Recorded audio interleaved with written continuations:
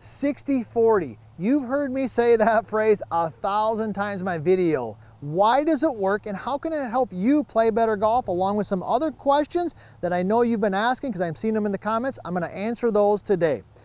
I'm PGA Teacher Professional Todd Cope, Director of Instruction for US Golf TV and the Sanford Power Golf Academy. And one of my favorite phrases is 60-40. What is 60-40?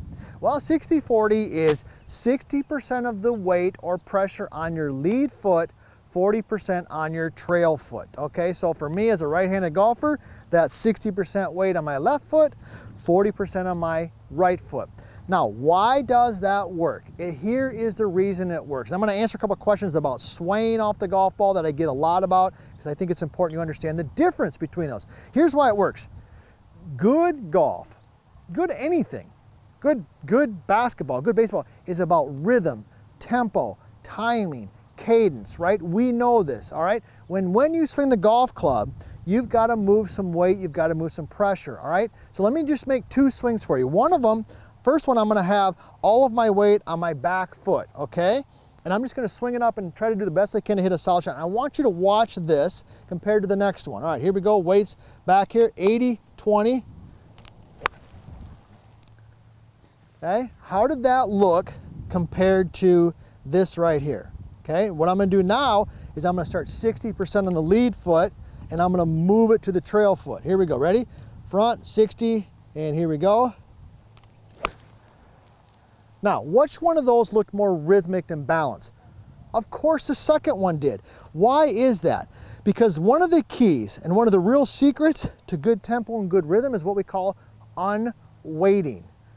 Unwaiting. What that means is when I take weight from one spot and I move it to another spot, that movement creates tempo and rhythm. If all of the weight is on one side and the club moves to that, there's no unwaiting, there's no rhythm, there's no tempo. So that's why I tell golfers to start with a little bit more weight on their lead foot and then very early in the backswing, okay, get it going to their trail foot. So I start 60-40, but by the time my lead arm is parallel to the ground, I'm probably 80-20. And I've moved that pressure, which creates momentum, speed, more importantly, tempo. Now, here's also why it's important. As we get older, okay, there's a couple different ways to create club head speed. And we've talked about this. I've developed a complete series around this topic.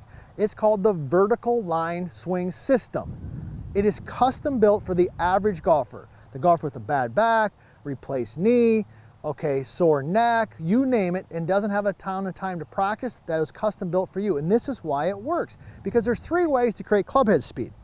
All right, there's rotation, rotating around. Great way to do it, but requires a lot of flexibility. How much flexibility do you have right now as you're getting older? There's another way, which is called vertical, up and down. Think of jumping and shooting a basketball, jumping and spiking a volleyball. Okay, vertical gives you club head speed. Rotation gives you club head speed. But the other one is side to side, movement from side to side. Think about baseball. I want to throw a baseball. Front foot, lead foot lifts, step and throw. That's side to side movement. It gives you speed. All right, same thing happens in the golf swing. Now, the easiest one of those to do over the long period as we get older and we have a lot, we don't feel as good as we used to, is side to side. So that's another reason why I start with 60-40, so I can move it from side to side. That gives me rhythm, tempo, okay, and also club head speed. Now, you might be asking yourself, and I get this question a lot. I got this question, we just got this email actually the other day, okay? They said, well, what's the difference between moving from side to side and swaying? Great question. Here's the difference. A sway is a movement from front to side, okay, front to trail, but when you move, all of the weight or the pressure goes to the outside of the foot. So watch my right foot here, right? So I'm 60, I'm 40. When I go back, I move, but I go to the outside. That's a sway. That's not good. We're not promoting that. What we're promoting is moving right and then rotating. See that? And I'm going to give you a tip on how to do that here in just a second. But see how the weight and the pressure is on the inside of the foot. That's the key to the 60-40 system. And also the vertical line swing system. Start lead, move to trail, and rotate so the weight is on the inside of the lead foot. Now, you might be asking yourself, how could you know if you're doing that correctly? Good question. Right here, I'm going to show you.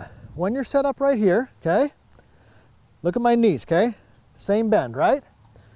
If I sway, they have the same bend. So I'm set in here. Let's say I've got 30 degrees of bend, 30 degrees of bend for sake of discussion. All right, when I swing it back and I sway, I still have 30 degrees of bend on both knees. If you do it correctly, that's going to change. 30-30, when you go to the top, boom.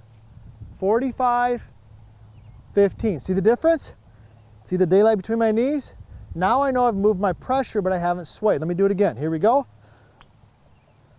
Boom. Proper. Sway. Proper. Okay? That whole system, that stuff right there, we go through all that in the vertical line swing. So let me go ahead and hit one more shot here. Get set up. So here we go. I've got 60. I've got 40. I'm going to move it to my trail foot. Because why? Remember why? Tempo, rhythm, cadence, balance, but also club head speed. Start lead, go to trail, change knee flex. There it is, nice and side. So 60-40 works every single time. The key is to understand how to do it and also how to check it. Now you know how to do both of those things.